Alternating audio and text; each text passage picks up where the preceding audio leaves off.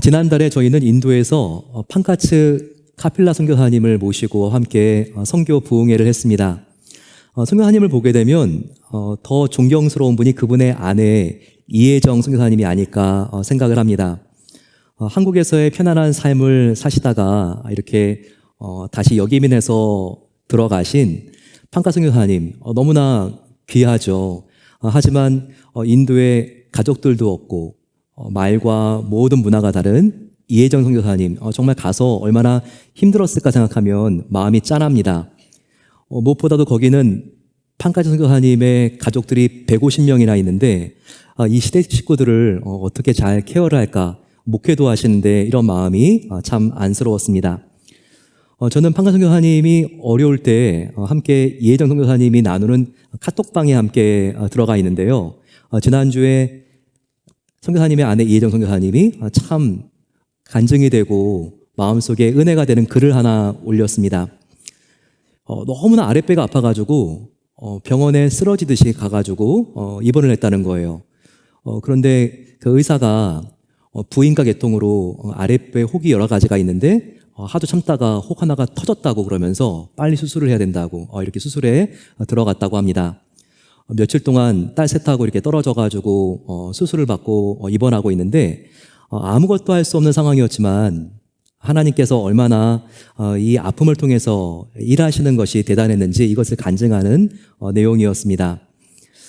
어머니가 이렇게 사랑해도 잘 표현을 못하는 힌두교의 어머니였는데 이 시어머니가 집에 와서 아이들을 정성껏 간호해줬다는, 애들을 케어해줬다는 거예요. 그러면서 정말 우리의 며느리가 이렇게 소중했구나 이것을 느끼고 이렇게 참 감사의 고백을 했다고 합니다. 또 병원에 신방을 왔는데 자기 시동생이 왔대요.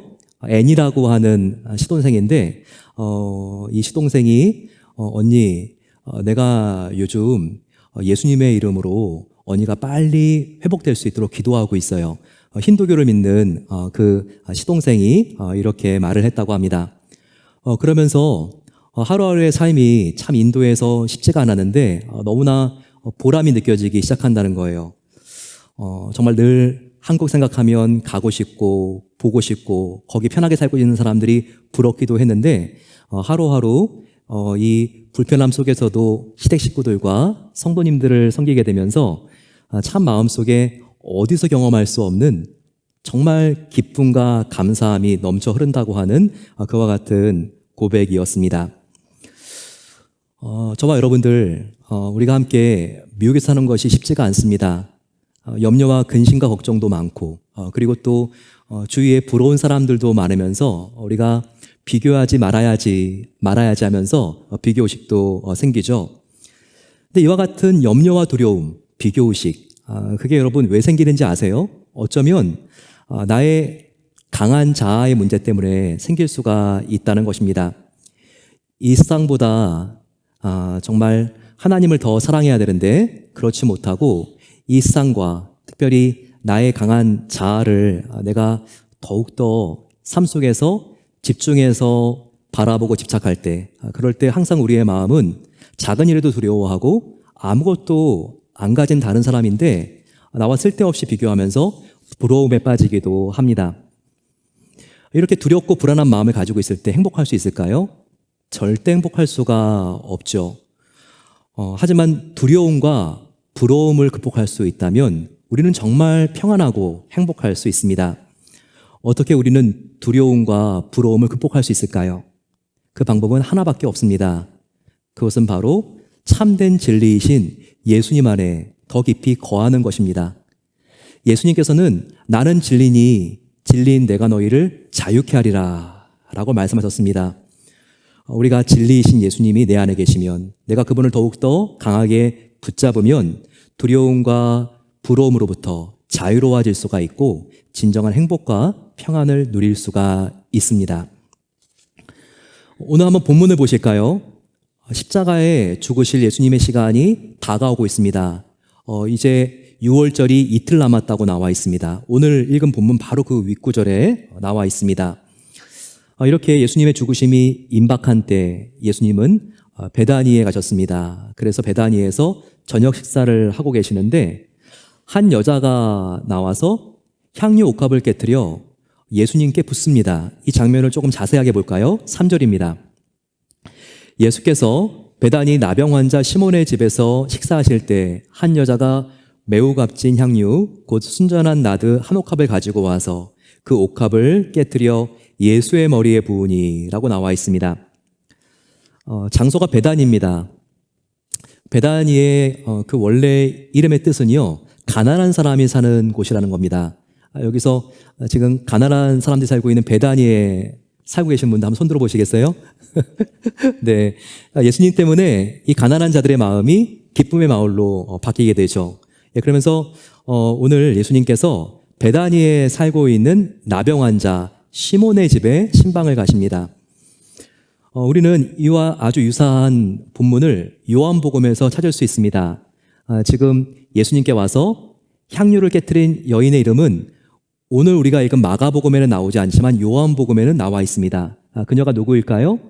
바로 나사로의 동생 마리아라고 나옵니다. 마리아가 향유를 가지고 와서 예수님께 깨뜨린 향유를 예수님께 부은 것이죠. 고대로부터 이스라엘은요, 반가운 손님이 왔을 때 그 사람을 집으로 영접하면서 키스를 합니다. 그리고 그 사람을 위해서 발을 닦아주죠. 그리고 더 귀한 손님이 왔을 때는 발을 닦아준 다음에 발이나 머리에 향유 몇 방울을 뿌립니다. 그러면서 그 사람을 정말 우리가 환영하고 있다는 것을 표현합니다. 그런데 지금 제자들이 이 모습을 보면서 지금 예수님께 향유를 부은 여인에게 달가운 시선이 아닙니다. 굉장히 공격적으로 그녀를 나무라고 있습니다. 그녀가 예수님을 영접하는 모습이 굉장히 다른 곳에서는 볼 수 없는 모습이었기 때문입니다. 보통 귀한 손님이라도 향유 몇 방울인데 이 여인은 향유를 완전히 깨트렸습니다. 그 향유를 머리 위에 붓죠. 이 값비싼 향유가 예수님을 타고 흐릅니다. 그 당시는 위에 있는 상의 하의가 없었기 때문에 통으로 짠 옷이었기 때문에 예수님 머리 위에 기름이 흐르기 시작하면서 아래로 내려와서 예수님의 발까지 닿습니다. 그러면서 그녀는 예배하는 자세로 그 앞에 엎드린 다음에 자기의 머리를 풀죠. 그리고 자기의 고운 머릿결을 가지고 예수님의 발을 닦기 시작합니다. 발과 머리털이 함께 어우러져서 그 방은 바로 이 나드, 아로마 향기로 가득 차게 됩니다. 그를 보면서 어떻게 저렇게 최고급 향수를 정말 저것도 조금이 아니라 이렇게 많은 양을 저렇게 허비할 수 있을까? 정말 그 제자들이 특별히 요한복음 보게 되면 주동자가 가룟 유다라고 나오는데 정말 비아냥거리고 비판하고 정죄합니다. 여기에 대한 예수님의 반응은 무엇이었을까요? 그래, 너희들이 맞다. 이게 참 아까운 행동을 이 여인이 하는구나. 이렇게 말씀하셨을까요? 아닙니다. 여인을 나무라는 것이 아니라 예수님은 오히려 제자들에게 나무랍니다. 6절 말씀이죠. 예수께서 이르시되 가만두라. 너희가 어찌하여 그를 괴롭게 하느냐. 그가 내게 좋은 일을 하였느니라 라고 말하고 있습니다. 여기서 좋은 일이라는 것을 원어로 보게 되면 그녀가 아름다운 일을 했다. 이 아름다운 일로 표현되어 있습니다. 적합한 표현으로 보입니다. 제자들이 보기에는 지금 마리아가 엄청난 낭비와 허비를 한 것 같습니다. 하지만 예수님은 그렇게 보고 있지 않습니다. 오히려 그녀의 행동을 지극히 아름다운 일이라고 극찬을 하고 있습니다.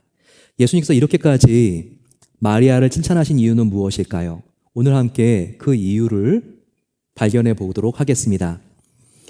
첫 번째, 예수님께서 이 여인을 그렇게 칭찬하신 이유는 그녀는 참된 가치를 볼 줄 아는 사람이었기 때문입니다.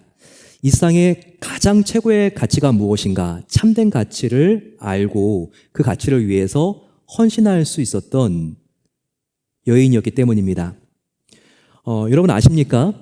우리 인간은요, 더 가치 있는 것을 향해서 나의 시간과 에너지와 물질이 가게 되어 있습니다. 더 가치 있는 것을 향해서 나의 소중한 것이 가게 되어 있는 것이 이것이 원리입니다. 우리가 타락한 이후 죄성이 들어온 다음부터 우리의 가치는 하나님이어야 되는데 이 가치가 나를 향하게 되었습니다. 나. 그래서 자기 중심성이라는 영어로 뭐라 그러죠? 이기심, selfishness라고 합니다. 앞에 뭐가 들어가죠? self가 들어갑니다. selfishness, 앞에 self가 들어가죠. 따라서 내가 드러나고 내가 강해져야 되고 내가 말할 때 사람들은 다 들어야 되고 이와 같은 성향 자체가 자기 중심성 자체가 이것이 제 본질일 수 있다는 것을 바로 이 단어 자체도 우리에게 보여주고 있습니다. 특별히 저와 여러분들은 하나님의 형상으로 창조가 되었습니다. 하나님의 형상, 그것은 얼마나 영광스럽습니까? 영광스러운 하나님의 이미지를 저와 여러분들이 가지고 있습니다. 영광이라고 하는 단어를 카보드라고 합니다. 이 카보드라고 하는 영광이라는 단어, 그 어원을 갖게 되면 이 영광이라는 단어는 무게라고 하는 단어, 여기에 어원을 두고 있습니다. 우리가 죄를 짓게 되면 특별히 우리 영혼 가운데 무엇이 더 무거워야 되는가, 무엇이 더 가벼워야 되는가, 이와 같은 무게 감각이 다 상실된다는 겁니다. 이와 같은 우리 인생의 악목에 있어서 무게 불균형 현상, 이것이 바로 평화의 상태, 질서의 상태, 바로 샬롬이 깨진 상태라고 볼 수 있습니다. 여기 한번 저울을 떼어줄 테니까 한번 저울을 한번 보시겠습니까? 지금 수평을 이루고 있는 저울이 보일 겁니다. 가운데 축이 있죠. 여기에 예수님이라고 생각되는 십자가를 하나 얹어 보겠습니다. 그리고 왼쪽에는 세상적인 가치들을 한번 생각해 볼까요? 돈과 건강과 인정과 같이 우리들이 정말 소중하게 생각하는 가치들입니다. 본래 이와 같은 가치는요, 예수님이 세상적인 가치와 비교가 되지 않을 정도로 더욱더 무거워야 됩니다. 그러니까 이렇게 지금 십자가 쪽으로 내려가는 것이, 이것이 정말 예수님을 믿고 거듭난 저와 여러분들이 기대하는 모습이죠. 하지만 항상 이렇습니까? 저만 해도 그렇지가 않습니다. 우리들의 하루하루의 삶을 보게 되면 수도 없이 아무리 경건하고 신앙적인 사람이라 할지라도 돈과 건강과 인정받고 칭찬받는 것이 더욱더 중요해지는 다음의 저울과 같은 경우들이 자주 느껴지는 것이 사실입니다. 다음 한번 그래프 보여주십시오. 네, 이렇게 되지 못하는, 예수님이 더 무거워야 되는데 오히려 돈과 건강과 인정이 더욱더 무거워지는 저울, 이와 같은 모습들이 되기가 쉽죠. 뭔가 유튜브에서 찬양을 듣고 싶고 말씀을 듣고 싶은데 얼마나 유튜브가 자극적입니까? 보면 오빠 한 번만 만나요, 절대 후회하지 않을 거예요 라든지 한번 이 기회 잡으면 평생 부자가 됩니다, 이와 같은 타이틀이 뜨면 말씀과 찬양을 우리가 클릭하려고 했다가 그쪽으로 들어가는 경우들이 있지 않습니까? 정말 하루에도 우리 마음속에 있는 저울은요, 예수님 쪽이 무겁기를 원하는데 한순간에 이상적인 자극적인 타이틀이 뜨게 되면요, 그쪽을 향하게 되는 경우들이 참 많이 있다는 거죠. 그럼 우리가 어떻게 살아야 될까요? 정말 이렇게 항상 아슬아슬한 균형을 우리가 지니기 위해서 예수님과 이 세상, 정말 그것을 똑같이 맞춰놓고 살아야 될까요? 아니면 저는 정말 예수님 한 분밖에 없으면 됩니다라고 말하면서 이 세상 모든 것 필요 없습니다, 이렇게 수도원에 갇힌 것과 같은 삶을 살아야 될까요? 이것은 불가능합니다. 우리의 생각 가운데 이상적인 유혹들이 스쳐 지나가는 것을 새가 지나가는 것과 같이 어떻게 막을 수가 있습니까? 하나님께서 우리에게 원하는 것은 무엇일까요? 예수를 믿은 다음에는요, 우리가 이 세상에 돈과 칭찬과 친구와 그리고 여가와 가족, 건강 다 소중하지만 우리가 이 모든 것들의 기반이 바로 이 추의 중심이 바로 예수님이라는 것을 기억해야 합니다. 우리 마음의 저울이요, 한쪽은 예수님, 한쪽은 이 세상, 이게 아니라는 것입니다. 오직 나의 인생의 기반, 의미, 그라운드, 모든 것은 예수님 한 분밖에 없고 그 위에 모든 것들이 제 위치가 되어야 된다는 것이죠. 건강, 인정, 돈, 여가, 가족 다 필요 없는 것이 아니라 원래 있어야 될 타락 이전의 상태, 예수 그리스도에 의해서 구속된 상태, 이 모든 것들이 건강과 인정과 돈과 여가와 가족이 하나님의 영광을 위해서, 필요 없는 게 아니라 주님의 영광을 위해서 바른 목적과 방향으로 재정립이 되어야 한다는 것입니다. 여러분, 그래요. 이 세상 모든 것이 필요 없는 게 아니에요. 이용규 선생님한테는 좀 미안하지만 내려놓는 것으로, 더 내려놓는 것으로 끝이 아니라는 것입니다. 내려놓는 것은 내려놓은 다음에 다시 주님께 올려드리는 것까지 나아가야 된다는 것입니다. 기독교의 영성은 비움이 아니라 채움이라는 것을 우리는 꼭 기억해야 되는 것이죠. 저와 여러분들 사순절과 고난의 주간을 어떻게 보내고 있습니까? 참 신실한 분들, 참 그 시간을 소중하게 예수님과 가까이 보내기 위해서 참 노력하는 모습을 볼 수 있습니다. 어떤 분들은 미디어 금식을 하고 있습니다. 이 기간만큼은 내가 보고 싶은 거 드라마, 내가 조금 덜 보고 그 시간에 말씀을 묵상하는 데 시간을 보내고 있습니다. 이렇게 하시는 분들도 제가 들었습니다. 제가 좋아하는 기호품을 좀 삼가하고 있습니다. 늘 커피를 많이 마셨는데 내가 커피를 마시지 않습니다. 물을 먹으면서 예수님의 고통을 조금이라도 내가 동참해 보려고 합니다. 그래서 요즘 저는 외식을 하지 않습니다. 좀 내가 외식을 줄이면서 더욱더 하나님과 가까워지려고 노력하고 있습니다. 일주일에 한 끼씩 금식하는 분들도 제가 함께 만났습니다. 여러분, 다 좋습니다. 너무나 귀하죠. 하지만 하나님과 더욱더 가까워지기 위해서 이것 빼고 저것 빼고 저것도 빼고 이것으로 끝이 아니라는 것입니다. 비우는 것으로 기독교 영성은 끝이 아니라는 것이죠. 채움이 있어야 됩니다. 내가 무엇을 위해서 지금 이것을 하고 있지 않는가? 이 세상에 빠지면 빠진 부분만큼 하나님으로 채워질 수가 있어야 된다는 거예요. 과연 그렇게 하시고 계십니까? 내가 드라마를 지금 좀 덜 본다면 그 미디어 절제를 통해서 그 시간만큼은 내가 하나님의 말씀을 더 읽는 일에 집중해야 되는 것이죠. 내가 지금 커피를 마시고 있지 않다면 그것으로 끝나는 게 아니라 그 커피를 내가 먹지 않기 때문에 내가 저축한 돈이 있다면 부활절을 마치고 그 저축한 돈을 가지고 어려운 사람을 위한 구제를 할 수 있을 것입니다. 무조건 안에 맹목적인 절제가 아니라 주님을 위한 절제. 내가 무엇을 지금 주님을 위해서 빼고 있다면 주님을 위해서 무엇을 더 해야 될까? 바로 크리스찬의 영성은 바로 이것이라는 것을 우리가 기억해야 합니다. 또 하나 오늘 저와 여러분들은 마리아의 헌신을 다루기 전에 굉장히 조심해야 될 인물 하나를 우리가 주목할 수 있어야 됩니다. 바로 그것은 가장 거룩하고 선한 것을 통하여 자기의 욕망, 자기를 드러내고자 하는 바로 그와 같은 이기심을 포장하고 있는 사람입니다. 바로 가룟 유다가 대표적인 사람이라고 볼 수 있습니다. 그는 지금 어떻게 마리아를 비판합니까?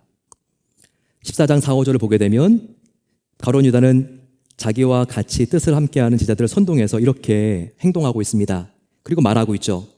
어떤 사람들이 화를 내어 서로 말하며 어찌하여 이 향유를 허비하는가? 이 향유를 300데나리온 이상에 팔아 가난한 자들에게 줄 수 있었겠도다 하며 그 여자를 책망하는지라 라고 말하고 있습니다. 정말 값비싼 향료죠. 그 당시에 노동자 한 명의 품삯이 한 데나리온이죠. 300데나리온이면 한 시민의 1년 연봉입니다. 정말 이 여자가 어떻게 이것을 구했는지 알 수는 없지만 정말 엄청난 금액과 정말 고가의 가치를 가진 그 향유를 깨트린 거죠. 왜 저러는 거지? 저걸 가지고 정말 가난한 사람들을 도와준다면 몇 명이나 도와주겠어? 수천 명은 도와주겠네. 우리는 어떻게 보면 이 가룟 유다와 그리고 그와 뜻을 같이 하는 제자들의 말이 굉장히 타당해 보이기도 합니다. 하지만 그렇지 않죠. 성경은 지금 가룟 유다가 어떤 생각을 품고 이런 말을 하고 있는지 분명하게 딱 잘라서 밝히고 있습니다. 요한복음을 보게 되면 저가 이렇게 말하는 것은 저가 도적이기 때문이다. 그가 돈을 탐했기 때문에 마리아에게 이렇게 말하는 것이다 라고 평가를 합니다. 여러분, 지금 굉장히 가룟 유다는 정의로운 말, 선한 말을 하고 있는 것 같지 않습니까? 저걸 가지고 더 많은 사람들을 도울 수가 있었는데, 그런데 조심해야 됩니다. 이처럼 가장 선하고 거룩해 보이는 말과 행동 안에도 정말 악취가 나는 이기심이 포장되어 있을 수가 있기 때문입니다. 저와 여러분들은 굉장히 하나님 앞에서 경건해 보일 수 있는 것에 조심할 수 있어야 합니다. 우리가 금식을 할 때 남들에게 보이기 위해서 금식하면 안 된다고 예수님께서 말씀하셨죠. 누구를 도울 때에도 돕는 것 자체가 이것이 나의 과시가 되지 않도록 조심해야 됩니다.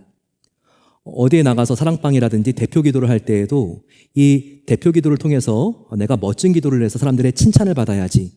이렇게 되면 가장 거룩한 것이 한순간에 가장 하나님 앞에 불편한 것으로 변질이 될 수가 있다는 것입니다.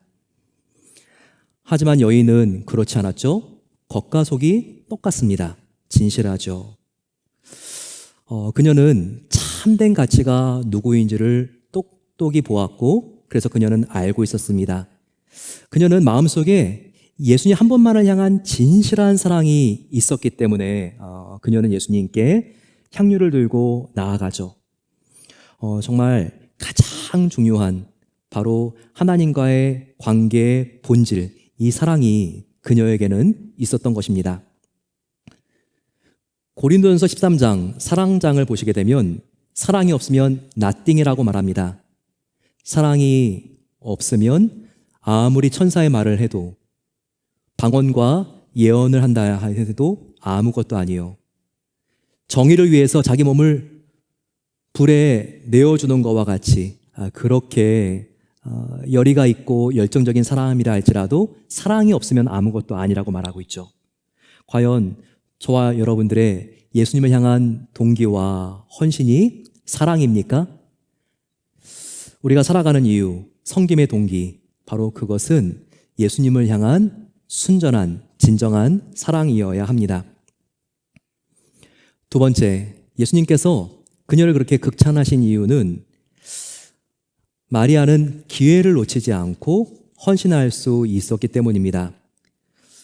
여인은 아무도 그녀에게 가르쳐주지 않았는데 타이밍을 정확하게 알고 있었습니다. 지금 이 순간이 어떤 순간인지 그녀는 그 순간을 놓치지 않았어요. 그래서 예수님이 십자가의 길을 가시기 이틀 전인데 그녀가 드릴 수 있는 최고로 가치 있는 선물을 아낌없이 예수님께 드렸던 것입니다. 만약에 그녀가 나중에 언젠가 다른 장소에서 다른 시간을 생각했다면 그녀는 예수님이 십자가에 달려 죽으시기 전에 예수님께 진정한 자기의 감사와 은혜를 표현할 수 있는 기회를 분명히 놓쳤을 것입니다. 우리가 이 사실을 어떻게 알 수 있을까요? 특별히 우리가 그녀가 그 타이밍을 놓치지 않았다는 것을 예수님이 바로 이 마리아를 향한 평가를 해주는 대목에서 우리가 알 수 있죠. 7절과 8절입니다. 가난한 자들은 항상 너희와 함께 있으니 아무 때라도 원하는 대로 도울 수 있거니와 나는 너희와 항상 함께 있지 아니하리라. 저가 힘을 다하여 내 몸에 향유를 부어 내 장사를 미리 준비하였느니라 라고 말씀하십니다. 예수님이 지금 이 여인은 내가 좀 있으면 죽게 되는데 내가 죽는 바로 이 장사되는 것을 향유를 부음으로써 준비하였느니라, 이렇게 칭찬하는 대목을 통하여 우리가 알 수 있다는 것입니다. 한 성도님이 저에게 와서 함께 지난 날들을 나누는데 너무나 한이 되고 후회가 되는 한 가지를 나누셨어요. 사랑하는 어머니가 지금 소천에서 이 세상에 안 계십니다. 그런데 소천하시기 며칠 전에 너무나 어머니가 탈진해야 하시고 힘들고 어려워하시는데 그런데 어머니가 이렇게 말씀하셨대요. 부탁이 하나 있단다. 어머니 뭔데요? 너무나 목이 마른데 콜라 한 모금만 좀 갖다 줄 수 있겠니? 그런데 그때는요 정말 어머니가 이렇게 아프신데 콜라가 독이 될 줄 알았다고 합니다. 그래서 어머니를 위한 게 콜라를 안 드리는 거라고 생각을 했대요. 그런데 며칠 뒤에 어머니가 쫓아나셨습니다. 그 다음에 그때 정말 어머니에게, 그 목마른 어머니에게 콜라를 내가 정말 그 입술에 떨어뜨려야 됐었는데, 어머니에게 콜라를 한 모금 드렸어야 됐는데, 이게 그렇게 한이 됐다는 거예요. 그런데 지금 예수님께서 돌아가시기 이제 이틀 전입니다. 그런데 예수님께 이 여인은 자기의 가장 소중한 것을, 최고의 가치이신 예수님께 드린 것입니다. 이런 모습이 미래를 다 알고 있는 예수님, 이제 이틀 뒤면 십자가에서 내가 죽는다는 예수님에게도요, 얼마나 위로가 되었을까요? 예수님이 하나님이었지만 이와 같은 인간의 어떻게 보면 자기를 알아주는 이 마음이 정말 저는 위로가 되었을 것 같습니다. 물론 마리아는요, 예수님의 죽음에 대해서 그 시기에 대하여 얼마나 정확하게 인지하고 있었는지 이것은 불확실합니다. 분명히 이 마리아는 성령님에 이끌려서 지금 뭔가 감동 가운데 자기 향유를 깨트린 것이겠죠? 하지만 이때 예수님은요, 이 여인이 너무나 고마웠습니다. 오히려 예수님과 함께 3년 동안 생활을 함께 했지만 지금 예수님께 선물을 드리고 있는 이 여인을 평가하면서 공방전을 벌이고 있는 이 제자들보다 정말 이 여인이 얼마나 위로가 되었을 것입니까? 제자들을 봤을 때는 바로 너희들은 내가 죄로부터 구원하기 위하여 죽으러 이 힘든 십자가의 길을 가는데 어느 누구도 관심이 없구나. 참 마음이 제자들을 봤을 때는 아프셨을 것 같아요. 하지만 여인의 이와 같은 헌신을 바라보면서는요, 예수님께서 오직 이 여인만이, 마리아만이 이제 곧 다가올 나의 죽음을 가치 있게 여겨주는구나, 이런 마음을 가지고 얼마나 마음이 기쁘셨겠습니까? 그래서 예수님께서 이와 같은 극찬을 그녀에게 하는 겁니다. 제자들아, 보거라. 앞으로 나의 복음이 전해지는 곳에는 이 여인이 자기의 향유를 깨트린 이와 같은 이야기도 함께 영원히 전해질 것이다. 사랑하는 성도 여러분, 기회는 지나갑니다. 지나가는 기회를 그냥 머릿속에 그렇구나라고 생각하는 게 아니라 확실하게 깨달을 수 있는 것이 바로 지혜인 것이죠. 우리는 언제까지 이 세상에 살 수 있는 게 아니죠. 그렇기 때문에 봉사할 수 있는 기회, 헌신할 수 있는 기회, 가족들을 사랑할 수 있는 이 기회도 다 지나갑니다. 이 기회를 놓치지 않기 위해서는 어떻게 해야 될까요? 바로 그것은 성령 하나님께서 나의 마음속에 감동을 주실 때마다, 그때마다 우리는 순종하고 나누고 예수님과 예수님이 사랑하는 이웃들을 위해서 드리는 삶을 살아가는 것입니다. 우리가 무엇을 위하여 살아가야지 이 세상 가운데 가장 후회가 없을까요? 성경은 분명히 말합니다. 믿음과 소망과 사랑이라.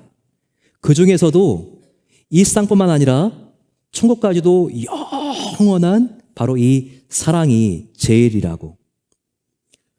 우리는 이 세상뿐만 아니라 천국까지도 영원히 남는 이 사랑을 위하여 최선을 다해야 합니다.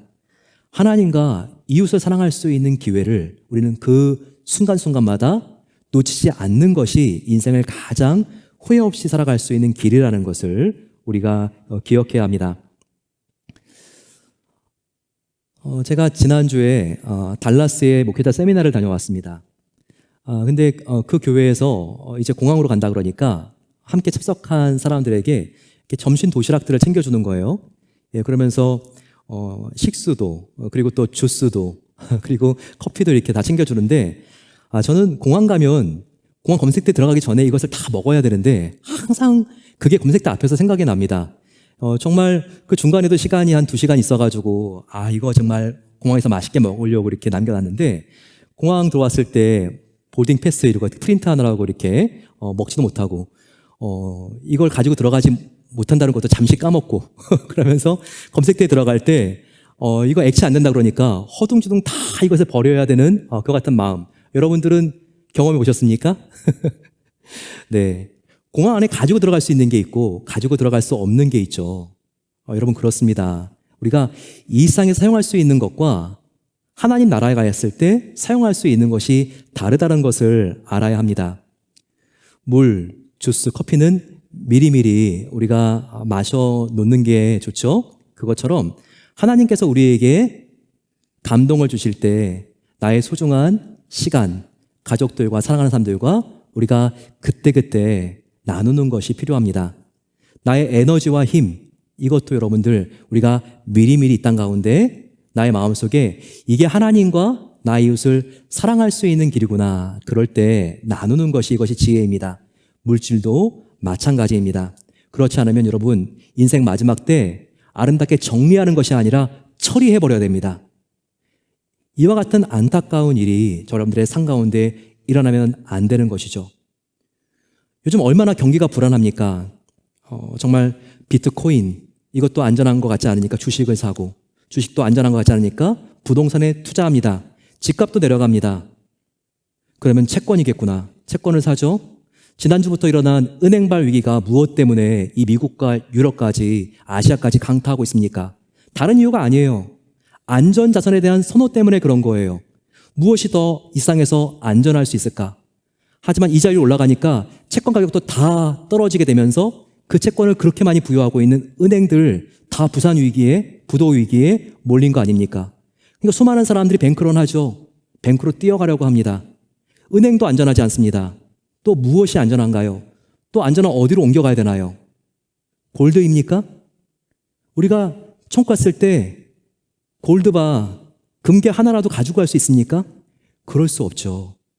여러분, 영원히 안전한 곳, 바로 영원히 안전한 곳은 영원한 우리 영혼의 주인이신 하나님 한 분, 그 안밖에 없다는 것을 꼭 믿게 되시기를 축원합니다.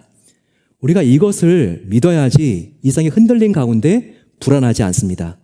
내 안에 하나님이 계신 그 든든함이 있어야지 남과 내 자신을 비교하지 않고 남을 부러워하지 않을 수가 있습니다.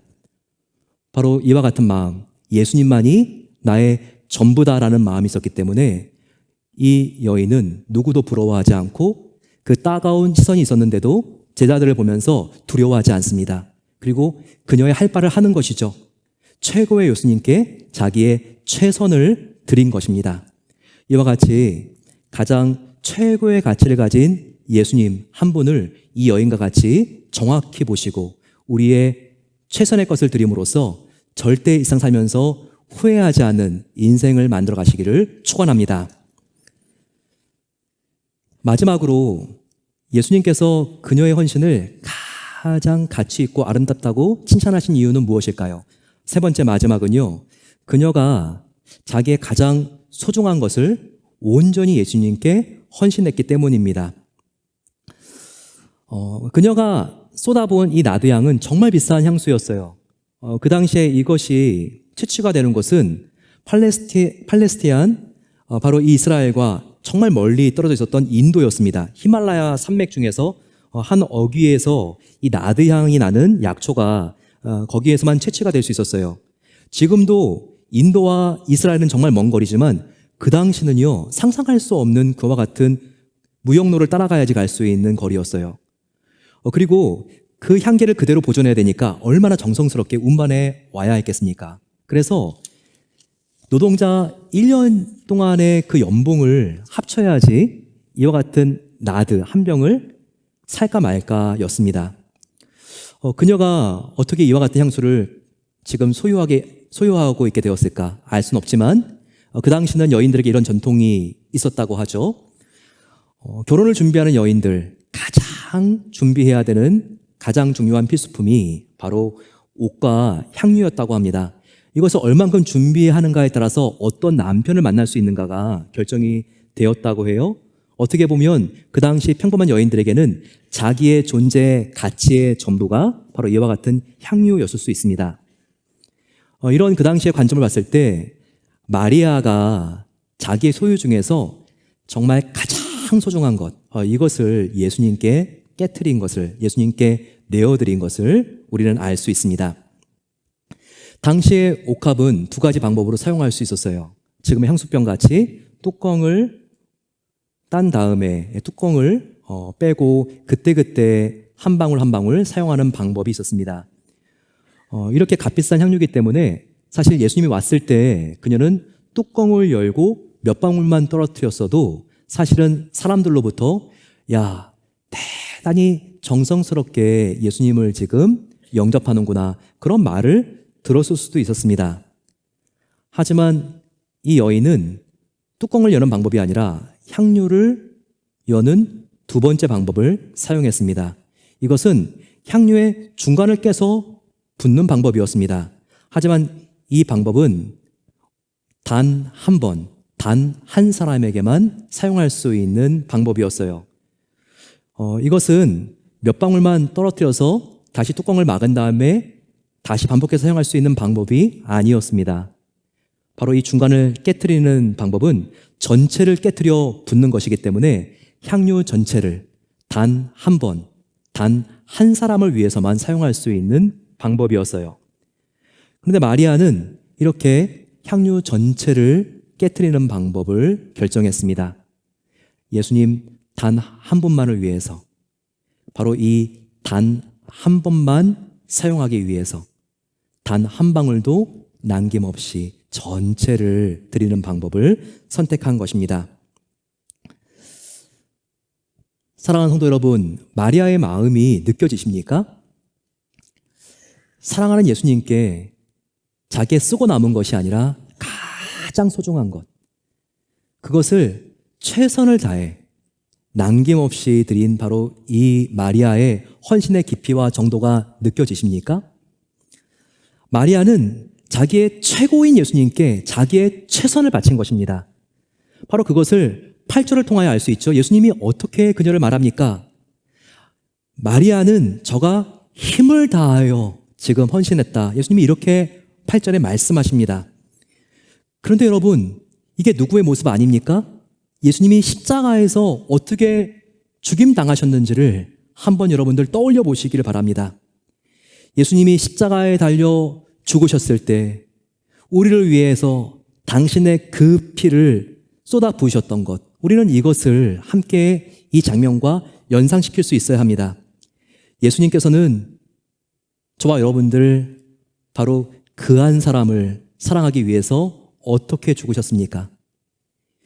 이 세상의 온 우주를 더한 가치보다 더 무한한 가치를 가지신 바로 그 예수님께서 나같이 무가치한 죄인 하나를 살리기 위해서 당신의 하나밖에 없는 생명을 십자가에 못 박으셔서 가장 소중한 당신의 단 하나밖에 없는 생명을 단 한 번에 단 한 방울의 피도 남김없이 바로 나 같은 죄인을 위하여 쏟아 부으셨다는 것입니다. 우리는 나 같은 죄인을 위하여 당신의 그 고결한 몸을 깨트리신 그 예수님을 생각을 할 때 우리는 주님께 이 헌신이라는 말도 우리는 과분해서 사용할 수가 없습니다. 저와 여러분들, 정말 주님 앞에 우리가 어떤 사랑을 먼저 받았는지 그것을 생각할 때 저와 여러분들은요, 헌신에 대한 생각을 다시 한번 할 수 있습니다. 과거에 내가 주님을 위하여 그렇게까지 헌신했는데, 이런 생각이 있다면 여러분, 정말 우리가 주님께 드린 그 헌신은 하나도 낭비가 아니었습니다. 이 세상 가장 영원한 가치를 위하여 여러분들이 여러분들의 시간과 여러분들의 물질과 여러분들의 마음과 힘을 드린 것입니다. 하나님이 반드시 기억하시고, 사람들은 잊어버렸다 할지라도 하나님은 반드시 기억하시고 여러분들을 칭찬하실 것입니다. 혹시라도 주님을 위하여 섬긴다고 하면서 혹시 피해의식 속에서 지금 주님을 섬기고 계신 분들이 계십니까? 여러분들, 지금 섬기고 있는 이 일은요, 이 세상뿐만 아니라 천국까지 이어지는 가장 후회가 안 되는 가장 보람 있는 일이라는 것을 꼭 기억해야 됩니다. 저와 여러분들의 남은 여생 다 지나가는 안개와 같은 이 세상의 가치가 아니라 영원한 가치를 가지신 예수님께 부어드릴 수 있는 그 은혜가 함께 하시기를 소망합니다.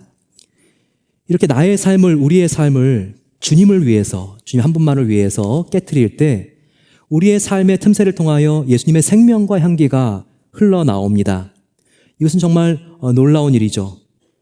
저와 여러분들, 우리의 삶의 옥합을 주님을 위하여 우리가 하나님께 감사하는 마음으로 깨트리는 그 삶 가운데 우리가 더욱더 기쁘게 적극적으로 나아가지 않겠습니까?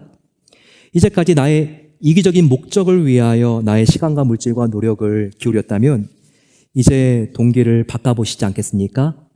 나의 단단한 자아를 깨트리고 이렇게 고백하며 기도해 보시지 않겠습니까?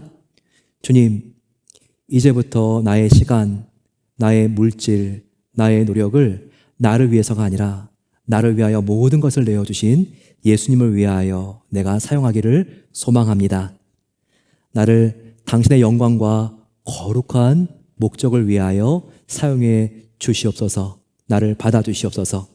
이럴 때 깨어진 저와 여러분들의 삶의 틈새를 통하여 예수님의 향기가 우리의 삶과 가정과 교회와 일터를 덮을 것입니다. 그 은혜 가운데 초대되어 더욱더 기쁘게 주님을 위하여 살아가는 저와 여러분 되시기를 축원합니다.